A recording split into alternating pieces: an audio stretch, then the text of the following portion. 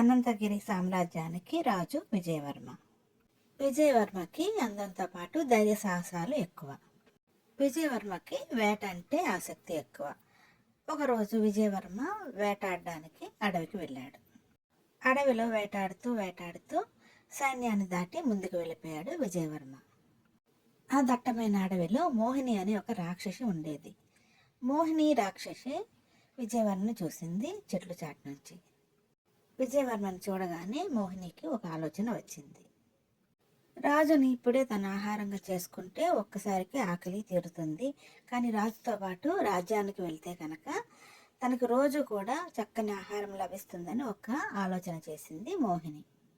అనుకున్నదే తడవుగా మోహిని ఒక అందమైన అమ్మాయిగా మారిపోయింది. తన రూపాన్ని మార్చుకొని తన రూపంతో రాజుని ఆకర్షితుని చేద్దామని రాజు ముందుకి కనిపించినట్లుగా వెళ్ళింది మోహిని.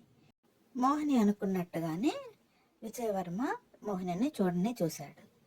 మోహిని అందానికి ముగ్ధుడైపోయాడు విజయవర్మ. మోహినిని తనతో పాటు రమ్మని ఆహ్వానించాడు రాజ్యానికి విజయవర్మ. తనతో పాటు రాజ్యానికి వచ్చి తనని వివాహం చేసుకోమని కోరాడు విజయవర్మ మోహినిని. రాజు మాటలకి బెట్టు చేస్తూనే తన పన్నాగం పారిందని మనసులోనే ఆనందపడుతూ ఒప్పుకుంది మోహిని. విజయవర్మ మోహినిని తనతో పాటు తన అంతఃపురానికి తీసుకుని వెళ్ళాడు. విజయవర్మ అంతఃపురంలో ప్రజలందరి ముందు మోహినిని వివాహం చేసుకున్నాడు. మోహినిని రాజ్యానికి రాణిగా ప్రకటించి రాణి మాట ప్రజలందరూ వినాలి తప్పనిసరిగా అని చెప్పి ప్రకటించాడు రాజు విజయవర్మ. మోహిని తను అనుకున్నట్టుగానే ఆ రోజు రాత్రి విజయవర్మ పడుకున్న తర్వాత అర్ధరాత్రి సమయంలో అందరూ మంచి నిద్రావస్థలో ఉండగా అంతఃపురం దాటి బయటకు వచ్చింది రాణి రూపంలో ఉన్న మోహిని. మోహిని ఆహారాన్ని వెతుక్కుంటూ పశువులశాల వైపు వెళ్ళింది. అక్కడ కనిపించిన ఏనుగులను చూసి అమిత ఆనందంతో వాటిని ఆహారంగా తినేసింది రాణి రూపంలో ఉన్న మోహిని. భయంకరమైన మోహిని రూపాన్ని దాల్చి తన ఆహారాన్ని చక్కగా తిని ఏమీ తెలియనట్టు మళ్ళీ తన అంతఃపురానికి వెళ్ళి నిద్రపోయింది మోహిని. ఇలా ప్రతిరోజు గోశాలలో ఉన్న గోవులు, అలాగే ఏనుగులు, గుర్రాలు, దాంతోపాటు సైనికులు కూడా మాయమవసాగారు అంతఃపురంలో. రోజు రోజుకి అంతఃపురంలో జంతువులు అలాగే సైనికుల సంఖ్య తగ్గడంతో రాజుకి అనుమానం వచ్చి అసలు విషయాన్ని తెలుసుకుందామని మహాపండితుడైన మహామాయామంత్రాలు అలాగే దేవి ఉపాసకుడైన ఆస్థాన పండితుడి దగ్గరికి బయలుదేరాడు విజయవర్మ.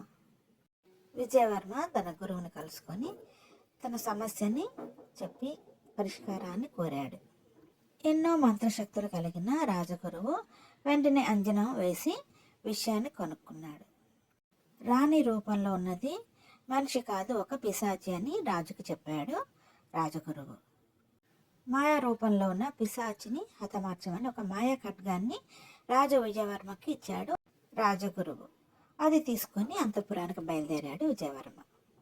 విజయవర్మను చూసి దగ్గరికి వచ్చింది మోహిని. రాజు విజయవర్మ నవ్వుతూ మోహిని చెవిలో, నీ అసలు రూపం నాకు తెలిసిందిలే పిశాచి అని చెప్పగానే రాణి రూపంలో ఉన్న మోహిని తన యథారూపానికి వచ్చింది పిశాచిలాగా. రాణి అసలు రూపాన్ని చూసి ఖిన్నుడయ్యాడు రాజు విజయవర్మ.